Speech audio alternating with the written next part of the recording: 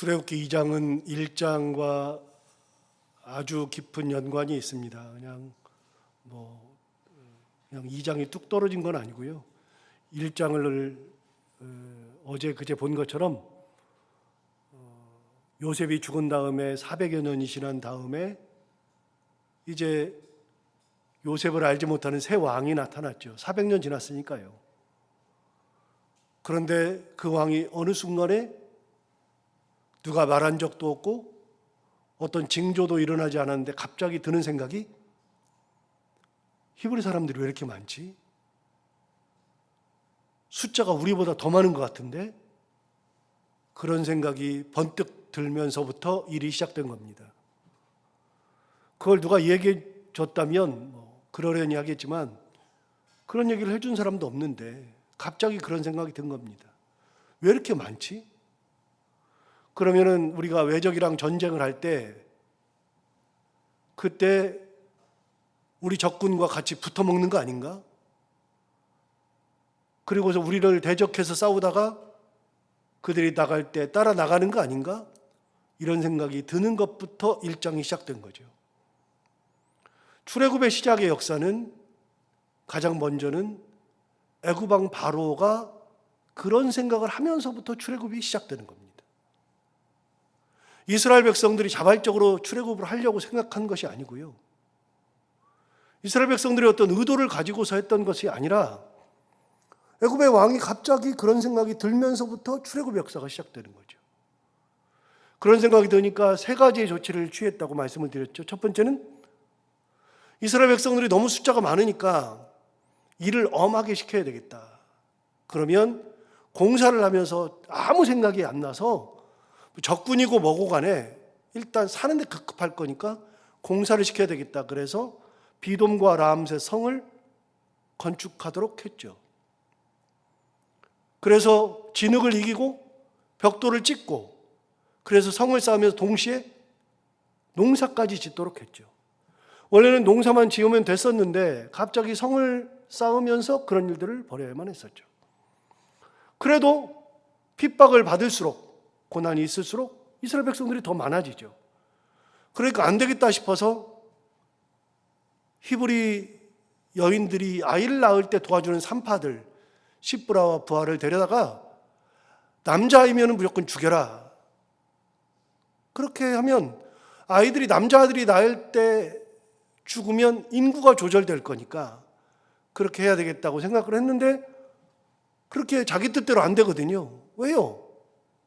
이유는 간단한 겁니다. 히브리 여인을 돕던 산파들이 바로보다도 하나님을 더 두려워하는 마음이 있었으니까. 하나님이 더 두려운데 하나님의 눈치를 보지 바로의 눈치를 보지는 않잖아요. 그러니까 아이를 낳을 때 그냥 잘 받아주는 겁니다. 왜 아이를 낳았는데 너희들이 안 죽였어? 그러니까 히브리 여인들이 건강해가지고요, 아이를 낳기만 하면 그냥 내가 가기 전에 애를 쑥쑥 다 놔버립니다. 이렇게 말해버리잖아요. 그러니까 하나님께서 그 가정에 은혜를 베푸시고 그 가정을 풍성하게 하시고, 안 되겠다 싶으니까 세 번째, 애굽 사람들 전체에게 말한 겁니다. 히브리 아이들이 태어나면 무조건 나일강에 버려라. 남자아이들은 버려라. 여기서부터 시작되는 겁니다. 남자아이들을 버려라. 그래서 남자아이들을 버리게 되는 운명을 누가 가지고 태어났느냐? 모세가 가지고 태어난 겁니다. 이런 과정 속에서 모세가 태어나는 거죠. 자, 어제 봤던 1장 22절 마지막 절에 보면 이렇게 말하잖아요. 그러므로 바로가 그의 모든 백성에게 명령하여 이르되 아들이 태어나거든 너희는 그를 나일강에 던지고 딸이거든 살려두라. 그래서 아들 태어나면 다 버리라고 했잖아요.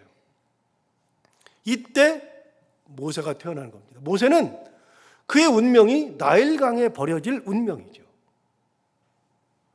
자, 모세에 대한 이야기를 할 때 2장을 보시면 이렇게 2장 1절 오늘 본문을 보시면 레위 가족 한 사람이 가서 레위 여자에게 장가들어 그 여자가 임신하여 아들을 낳았다. 그랬는데 여러분, 레위 가족 중에 한 사람, 그리고 레위 여자에게 장가들어서 그 여자가 임신하여 아들을 낳았다. 이게 모세죠.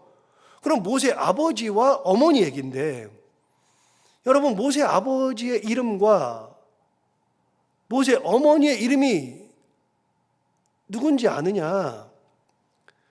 여러분, 우리 요즘 복음성가 중에 요게벳의 노래라는 노래가 있잖아요. 요게벳의 노래. 요게벳이 모세 엄마거든요.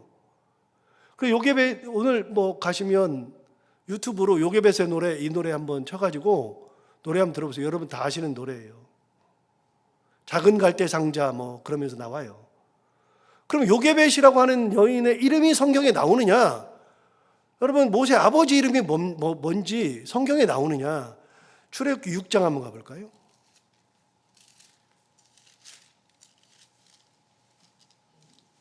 6장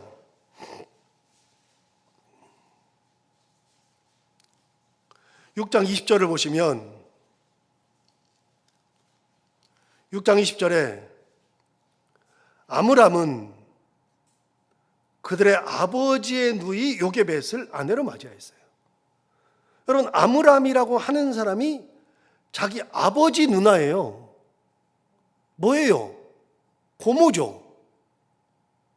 자기 고모인 요게벳을 아내로 맞이하였고 그는 아론과 모세를 낳았으며 아므람의 나이는 137세였다. 그러니까 아므람이라고 하는 사람이 모세 아버지입니다. 그리고 모세의 엄마 이름은 요게벳인데 요게벳은 모세 아버지 아므람이 자기 아버지 누이니까 고모랑 결혼해가지고 모세와 아론을 낳은 겁니다. 어떻게 고모랑 결혼하느냐? 뭐 이거는 이 당시는 이런 것들은 아무런 문제가 안 됐으니까요. 고모랑 결혼하는 거 아무런 문제가 안 됐으니까요. 그리고 우리 어렸을 때 그런 거 있었잖아요. 아버지가 이제 우리 집안에서 이렇게 애를 쭉 낳다 보면 막 11남매, 12남매 막 이렇게 막 낳잖아요. 낳다 보면 쭉 나오면 내 막둥이가 첫째 딸 아니면 첫째 아들이 낳은 아들보다도 나이가 적을 때 있죠. 그러니까 고모가 아므람보다도 요게벳이 아므람보다도 나이가 더 적었을지도 몰라요. 그거는 뭐 다반사니까요. 지금 바로 한 몇십 년 전만 해도 그랬는데요. 요 당시만 해도 뭐 아이 낳는 게 뭐 그냥 뭐 어떤 산하 제한을 한 것도 아니니까 엄청나게 낳는 거죠. 그래서 모세 아버지가 아므람이고 어머니가 아므람 아버지의 누이, 그러니까 고모인 요게벳과 결혼해서 모세를 낳은 겁니다.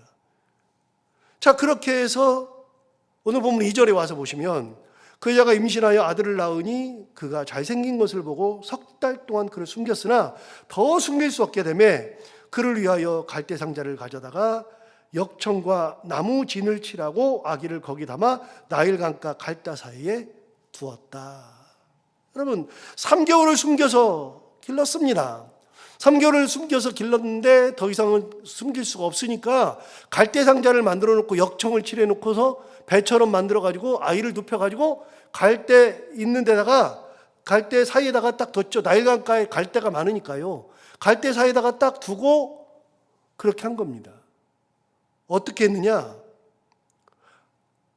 아므람과 요게벳이 할 수 있는 한 최선을 다한 겁니다.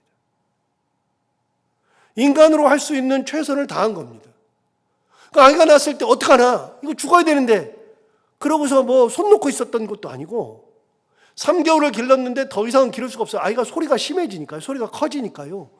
저 집에 아이 있다더라 다 알잖아요. 그러니까 할 수 있는 한 최선을 다해서 3개월을 숨겨서 길렀는데 더 이상 안 되니까 이 아이를 갈대 상자에다가 넣어놓고 나일강의 갈대 사이에다가 딱 집어넣어놓은 겁니다. 갈대 사이에다가 집어넣어놓고서 어떻게 했느냐? 4절을 보시면 그의 누이가 어떻게 되는지를 알려고 멀리 서 있었다. 여러분, 그의 누이가 어떻게 되는지 알려고 멀리 서 있었다 그러는데 여러분, 그의 누이가 누구죠? 모세 누이. 예, 모세의 누이는 미리암이죠. 미리암. 그것도 성경에 나옵니다. 뒤에 나옵니다. 14장에 나옵니다. 14장 뒤쪽에 나옵니다. 미리암이라고. 또 민수기에도 나오고 뭐 이렇게 나와요. 미리암이라고 하는 존재가. 어쨌든 미리암이라고 하는 그 누이가 갈대상자가 저기 있는데 어떻게 되는지를 보려고 이렇게 딱 서 있었던 겁니다. 그러니까 그 가족으로서 할 수 있는 것은 최선을 다한 거예요. 이제는 모세 아버지, 어머니, 그리고 모세의 누이도 할 수 있는 게 아무것도 없죠. 더 이상은 사람이 할 수 있는 것이 아무것도 없습니다. 그런데 놀라운 거는 사람이 할 수 있는 것이 아무것도 없을 때 하나님께서 움직이셔요. 저는 성경을 보면서 깜짝깜짝 놀라는 거는요, 하나님은요, 능력이 없으신 분이 아니고 얼마든지 능력이 있으신 분인데, 하나님은 사람이 움직일 때는 아무것도 안 하셔요. 사람이 뭔가를 할 수 있을 때는 그냥 놔두셔요. 하도록 놔두셔요. 사람이 교만해가지고 뭔가를 한다? 그거 놔두셔요. 사람이 능력이 있어서 뭔가를 한다? 놔두셔요. 그런데 하나님은 놀랍게도요, 사람이 할 수 있는 것이 아무것도 없을 때, 진짜 하나님께서 역사하시는 그것만 바라볼 그 순간이 되었을 때 하나님이 비로소 역사하셔요. 성경에 이런 일들은 얼마든지 나옵니다. 여러분, 예를 들어서 다니엘이 사자굴에 들어가요. 사자굴에 들어가는데 사자굴에 안 넣으면 되잖아요. 하나님께서 사자굴에 안 들여보내면 되잖아요. 그런데 사자굴에 들어갈 때까지도 아무것도 안 하셔요. 사자굴에 들어갔어요. 들어갔는데 하나님 그때 역사하시잖아요. 다니엘의 세 친구가 풀무불에 던져져요. 풀무불에 던져지는데 안 던져지면 되잖아요. 미리 역사하시면 되잖아요. 그런데 하나님은 가만히 계셔요. 그리고 던지도록 하셔요. 던져요. 뭐래요? 아무것도 못하죠. 그 순간, 풀무불에 던져진 그 순간부터 하나님 역사하시는 거예요. 놀라운 게요, 풀무불은 던지는 사람들이 던질 때 그 풀무의 온도를 평소보다 7배를 더 세게 했다고 돼 있잖아요. 그래서 던지던 사람들이 던지다가 타 죽었어요. 던지다가.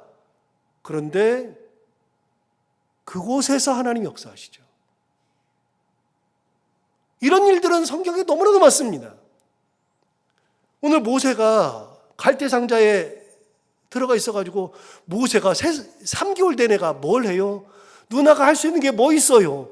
부모가 할 수 있는 게 뭐 있어요? 아무것도 없죠. 그러니까 3개월 동안은 인간으로서 할 수 있는 일을 다 했는데 안 되니까 이제는 갈대상자 만들어 놓고 거기다가 집어넣어 놓고 떠내려 보내는 거죠. 이제 사람 역할 끝났어요. 하나님 역사하셔요. 어떻게 역사하나 볼까요? 누나가 멀리 서서 봤어요. 그런데 5절 보실까요? 5절. 바로의 딸이 목욕하러 나일강으로 내려오고 시녀들은 나일강가를 거닐 때 그가 갈대 사이에 상자를 보고 시녀를 보내어 가져왔다. 여러분, 그날따라 바로의 딸이 목욕하러 나일강을 왜 가요? 여러분, 바로의 딸은 궁전에서 얼마든지 목욕할 수 있잖아요. 물 잘 받아주잖아요. 그런데 그날따라 목욕을 하러 가요. 또 왜 저녁에 안 가요? 왜 그 시간을 맞춰 가요? 시간을 맞추는 것도 대단하죠. 세 번째, 왜 꼭 거기에요? 모세의 부모가 여기에 바로의 공주가 나오는 딸이 나오는 것을 알고 거기다가 딱 집어넣어놨어요? 아니요, 아무것도 아니에요. 그런데 희한하게 그날따라 바로의 딸이 목욕을 하러 가네요. 그 시간에 꼭 가네요. 그리고 그 장소에 꼭 가네요. 이게 도대체 무슨 일이냐? 저는 이 장을 보면서 하나님의 역사가 이런 거구나라는 생각을 진짜 많이 하게 됩니다. 자, 그런데 눈에 딱 띄어요, 그때. 그리고 가져오라 그래요. 놔둬도 되는데 가져오라 그래요. 왜 가져오라 그래요? 자, 6절 볼까요? 열고 그 아기를 보니 아기가 우는지라. 당연히 아기가 울겠죠. 그 다음 보세요. 그가 그를 어떻게 여겼어요? 불쌍히 여겨 이르되 히브리 사람의 아기로다.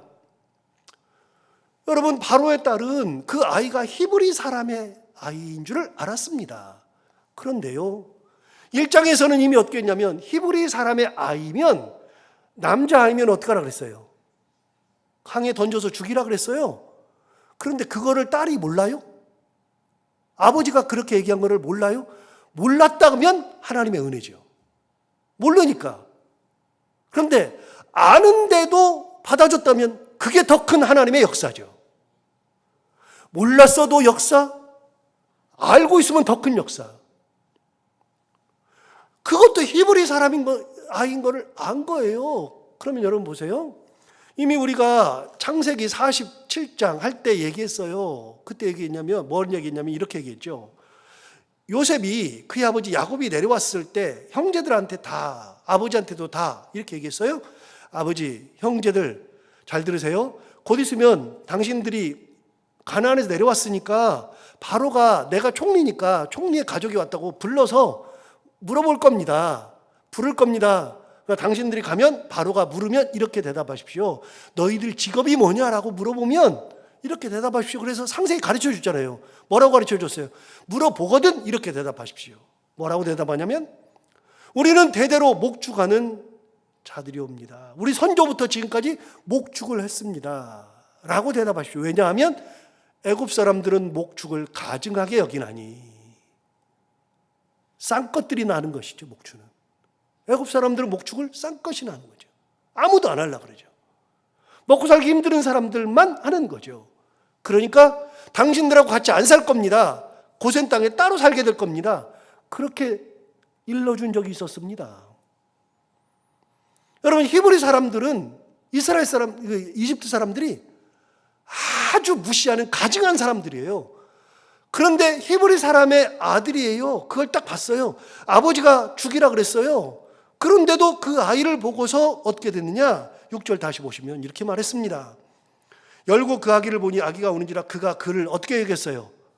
불쌍히 여겼어요. 왜 불쌍한 마음이 생기죠? 도대체 이 아이가 뭐라고요?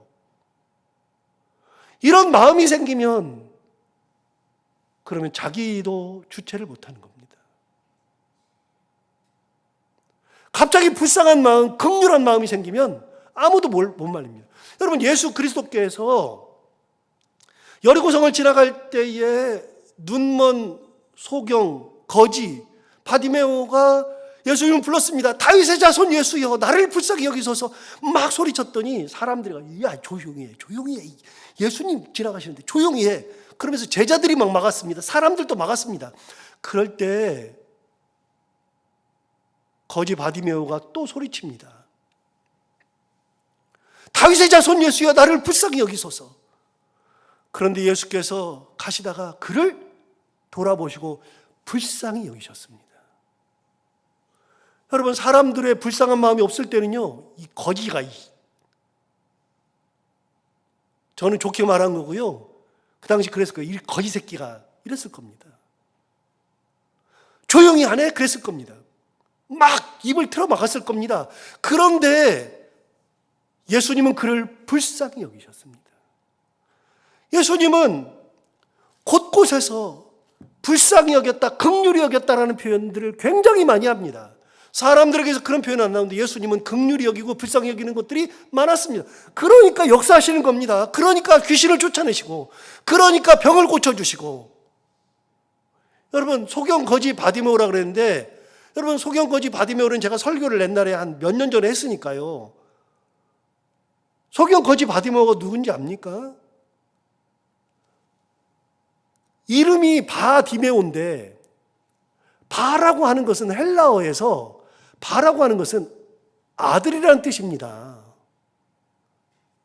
그의 이름이 바디메오가 아니고요, 디메오의 아들이라는 뜻입니다. 근데 디메오가 뭐냐? 티마조에서 나온 건데요, 티마조라고 하는 것은요, 당시에 흉악범, 그런 사람을 티마조라고 그랬습니다. 그가 걔를 보면서 너는 흉악범의 아들이야, 너는 살인자의 아들이야, 이런 겁니다. 그 아버지가 사람들에게 다 그런 존재인 걸 다 알았습니다. 그러니까 이 아이는요, 태어날 때부터 아버지가 살인자거나 아버지가 큰 범죄자거나 그런 아이의 아들입니다. 그러니까 이름을 부른 적이 없어요. 여러분, 우리 어렸을 때 그랬잖아요.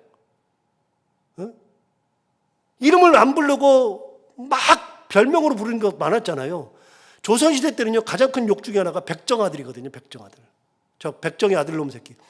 백정이요, 가장 천대받던 사람이, 조선시대 역사에서 가장 천대받던 사람이 백정입니다. 여러분, 백정의 아들놈이라고 하는 이름을 부르지 않았어요. 티마조의 아들이에요. 디메오의 아들. 그런데 그 아이는요, 그러니까 먹고 살 길이 없죠. 그러니까 거지가 된 건 당연한데, 그 아이는 뭐까지 있었냐면 소경까지 됐었거든요. 흉악범의 아들, 살인자의 아들, 저 더러운 자식인데 그 아이가 거지인 건 당연한데 소경까지 됐어요. 그러니까 사람이 뭐라 그래요? 니네 아버지가 저러니까 네가 눈이 멀지, 죗값을 받지, 이렇게 말하죠. 여러분, 사람들은 바디메오 자기 이름이 아니라 그랬잖아요. 별명이라 그랬잖아요. 그냥 부르는 거예요. 그 사람을 가까이의 사람이 아무도 없었습니다. 그런데 예수님은 그를 볼 때 불쌍히 여겼습니다. 불쌍히 여기면 끝난 겁니다. 불쌍히 여기면. 그런 마음이 드는 순간 더 이상은 인간의 논리로 설명이 안 됩니다. 갑자기 마음이 짠할 때 있잖아요. 아이고, 갑자기 정말 마음이 짠하죠. 부모를 볼 때 그런 것들이 많이 생기죠. 우리가 이제 연세가 드시면 부모님을 뵐 때 그런 마음들이 생기죠. 아, 우리 어머니가, 우리 아버지가 옛날에 그렇게 그러셨는데 이제는 힘도 없어. 이렇게 되잖아요. 여러분, 긍휼한 마음이 생겨버린 거는 설명할 길이 없어요. 그거는 설명이 안 돼요. 인간의 논리로는 설명이 안 돼요. 여러분, 6절 다시 보세요. 이 바로의 딸이 왜 이런 마음이 생겼는지 몰라요. 보세요. 열고 그 아기를 보니 아기가 우는지라 그가 그를 불쌍히 여겼다. 불쌍히 여기니까 보는 순간에 알아요. 히브리 사람의 아기다. 그럼 버려야 되는데 가장 천대받던 그런 민족, 노예 아닙니까? 종 아닙니까? 그런데 불쌍히 여기는 마음이 생긴 거죠. 자, 7절 보세요. 그의 누이가 바로의 딸에게 이르되, 누이가 갔어요. 멀리서 지켜보고 있다가 누이가 바로의 딸에게 갔어요. 가서 내가 당신을 위하여 히브리 여인 중에서 유모를 불러다가 이 아기에게 젖을 먹이게 하리이까. 그러니까 미리암이 가서 히브리의 아기로다 한 걸 다 아니까, 히브리 아이인 줄 아니까 제가 가서 히브리 여인 중에서 유모를 불러다가 젖을 먹일까요? 말한 겁니다. 이 바로의 딸은 처녀니까요. 아이를 젖을 먹일 수 없으니까요. 그렇게 안 해도 만약에 이 아이를 궁으로 데려가면 이집트 여자들 중에서 뭐 젖 나오는 여자들 젖동량 시키거나 유모를 들여서 얼마든지 먹일 겁니다. 그런데 따라가고 있던 미리암이 가서 얘기하는 거잖아요. 내가 히브리 여인 중에서 불러올까요? 말한 겁니다. 8절 보세요. 바로의 딸이 그에게 이르되 가라 하매 그 소녀가 가서 그 아기의 어머니를 불러왔다. 히브리 여인 중에서 불러올까요? 그랬더니 그래 가봐. 빨리 데려와. 그랬더니 가가지고서 데려온 사람이 누구예요? 어머니 데려왔다 그랬잖아요. 어머니. 요게벳을 데려온 겁니다. 요게벳을 데려왔는데 요게벳이 얼마 전에 이거 오늘 아침에 뭐 했어요? 요게벳이 자기 아들을 3개월 동안 숨겨서 길렀다가 안 되니까 갈대상자 준비한 거에다가 아이를 탁 넣어놓고 정말 절규하듯이 하나님, 이 아이 하나님 앞에 다 드립니다. 어쩔 수 없습니다. 그러면서 눈물 흘리면서 갈대 사이에다가 뒀던 사람이 엄마 아닙니까? 오늘 아침에? 그런데 그 어머니가 다시 불려왔습니다. 어떻게 이런 일이 벌어질까요? 어떻게? 자, 9절 보세요. 바로의 딸이 그에게 이르되 이 아기를 데려다가 나를 위하여 젖을 먹이라. 내가 그 싹을 주리라. 여인이 아기를 데려다가 젖을 먹였다. 여러분, 오늘 아침까지 내가 젖 먹였습니다. 그런데 더 이상 못 먹여가지고 보냈는데 갑자기 점심에 내가 불려가가지고서 바로의 딸이 얘기하는 겁니다. 이 아이를 데려가라. 데려가서 젖을 먹이라. 그래서 모세 어머니가 젖을 다시 먹인 겁니다. 그런데 거기다 뭐까지 주느냐? 9절 다시 보시면 바로의 딸이 그에게 이르되 이 아기를 데려다가 나를 위하여 젖을 먹이라. 다음에 뭐라고 되어 있냐면 내가 그 싹쓸 주리라. 돈 받고 키운 겁니다. 돈을 받고. 이게 가능한 얘기입니까? 하나님이 역사하시면 우리가 알지 못하는 방법으로 하나님이 역사하시는 거예요. 하나부터 열까지 내가 이런 걸 해야지, 이렇게 해야지, 뭐 이렇게 해가지고서 내가 뭔가를 막 하려고 막 해서 애써서 해봐야 3개월짜리밖에 안 돼, 우리는. 그런데 하나님이 역사하시니까 나도 모르는 사이에 이제는 하나님밖에 없어요. 나는 몰라요. 이제 나는 어떻게 될지 몰라요. 그렇게 했는데 하나님이 역사하시니까요. 처음부터 끝까지 그날따라 왜 바로가 목욕하러 나오며 그 시간에 왜 나오며 거기를 왜 가며 아기를 봤는데 왜 불쌍한 마음이 생기며 그때 미리암이 히브리 여인 데려오니까 그랬더니 네가 미쳤구나. 왜 히브리 여인을 데려와? 이렇게 말할 수도 있는데 데려와라 그래서 데려왔는데 엄마를 데려와요. 데려오니까 네가 데려가서 키워라. 그래서 여러분 3개월 동안 숨어 키웠다가 이제부터는 당당하게 키우는 겁니다. 당당하게. 눈치 볼 일이 없습니다. 왜요? 이제는 누구 아들이에요? 바로의 딸의 아들이 된 거잖아요. 나를 위하여 젖을 먹이라. 그래서 집에다가 데려다가 돈 받고 키운 겁니다. 여러분 자기 아들 돈 받고 키우는 여자 봤어요? 세상에 자기 아들을 돈을 받고 키워요? 돈 들여서 키우지? 여러분 나중에 조금 이 아이가 클 때 옷이 필요해요. 내가 만들어줘요? 갖다 줘요? 갖다 주잖아요. 아이를 키우면은 바로의 딸이 그냥 아이에게 그 쌍만 주면서 있어요? 그 집안에 먹을 거 갖다 주지 않겠어요? 집을 좋은 데로 이사시켜 주지 않겠어요? 내 아들 키워주는데. 여러분 그래서 하나님의 역사가 일어나면 우리가 상상하는 방법이 아닌 하나님의 놀라운 역사 가운데 정말 그런 놀라운 역사가 진짜 일어나는 겁니다. 일어나는 거예요. 10절 볼까요? 그 아이가 자라매 바로의 딸에게로 데려갔어요. 다 컸을 때. 자, 여기서 잠깐. 히브리 사람들, 그 당시에 이제 문헌을 보면 히브리 사람들이, 이스라엘 사람들이 아기에게 젖을 먹이는, 젖 먹이는 그 시간이 얼마나 되느냐. 요즘에는 뭐 6개월만 먹인다, 미용을 위해서 뭐 그런 것도 있고, 이유식이 좋다 그러는데, 여러분 이유식이 아무리 좋아도 모유만큼 못합니다. 절대로 못합니다. 그런데 이유식이 좋다는 것은 그건 다 상술이죠, 많이. 그런데 어쨌든 여자분들 이 미용이 안 좋으니까 조금만 먹이는 것도 뭐 괜찮다고 생각해요. 그런데 어쨌든 타협하는 거니까 좋다고 생각해요. 그런데 히브리 사람들이 아이에게 젖을 먹이는 기간이 얼만큼 되느냐? 3살부터 5살까지는 다 먹입니다. 최소 3년은 먹입니다. 여러분 3년, 지금 손자들 키우시는 분들이 있잖아요. 3년이면 애가 우리나라 나이로 4살이고 만 3살인데 5년을 키웠다 그러면 만 5살인데 여러분 3년이면 애 말해요 안 해요? 말귀 알아들어요 못 알아들어요? 알아들어요. 5년이면요 귀신 돼요 귀신. 미운 3살 돼요 미운 3살. 애가 눈치가 뻔해요. 말귀 다 알아들어요. 여러분 이 아이가 클 때 이집트 말을 배우면서 컸어요? 히브리 말 배우면서 컸어요? 히브리 말 배우면서 큰 거예요. 이 아이가 이집트식 교육을 받고 컸어요? 어머니의 히브리식 교육을 받고 컸어요? 히브리식 교육을 받고 큰 거예요. 나이가 될 때까지 5살까지 젖을 먹였다 그러면 그렇게 되는 거죠. 자, 10절 다시 봐요. 그 아기가 자라매 바로의 딸에게로 데려가니 그가 그의 아들이 되니라. 그 다음 보시면 그가 그 이름을 뭐라 그랬어요? 모세라 하여 이르되 이는 내가 그를 물에서 건져내었음이라 하였더라. 자, 모세 1번 앞에 1번이라고 되어 있고 내려가 보면 건져냈다 이런 뜻이라고 되어 있는데 맞아요. 건져냈다는 뜻도 있어요. 그런데 제가 이집트 여행하면서 이집트에서 배운 게 있어요. 이집트에 가서 배운 게 뭐냐?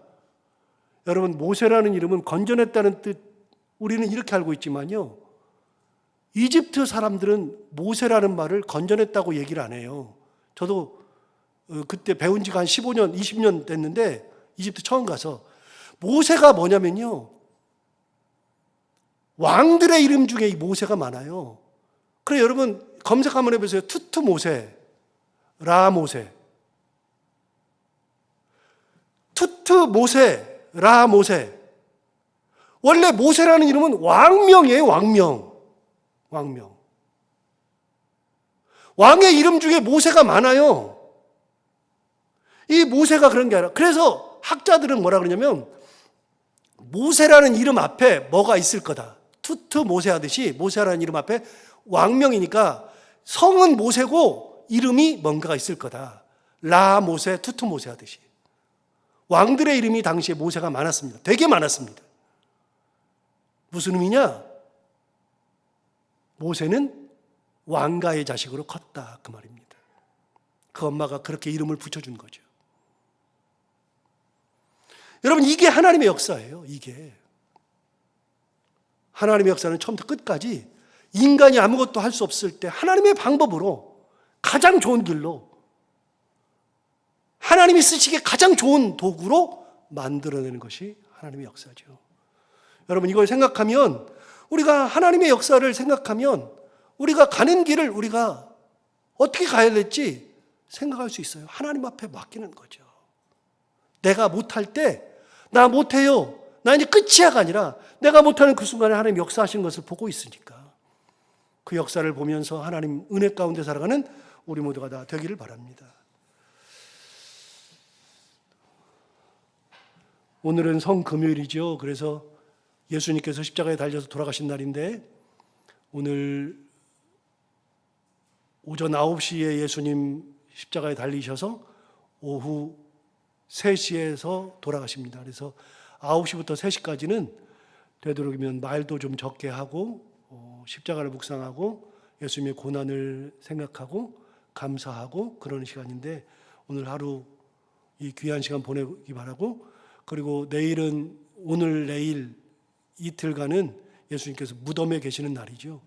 그 예수님의 십자가를 묵상하면서 오늘 내일 계속 더 거룩하게, 더 절제하면서 살아가는 우리 모두가 되기를 바랍니다.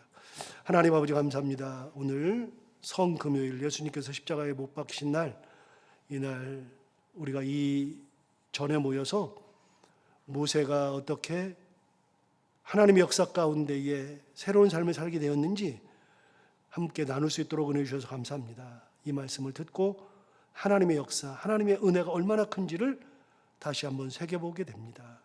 하나님 아버지, 하나님께서 역사하실 때, 하나님께서 손길을 내미실 때 그곳에 큰 일들이 일어난다는 것을 다시 한번 깨닫고, 우리의 삶을 다 드려, 우리의 가정도 드리고 내 자녀도 드리고 나의 삶을 다 드려 하나님의 역사 가운데 살아가는 우리 모두가 다 되게 하여 주옵소서. 하나님 아버지, 내가 할 수 있는 것이 없을 때가 있습니다. 더 이상은 나는 아무것도 못할 때가 있습니다.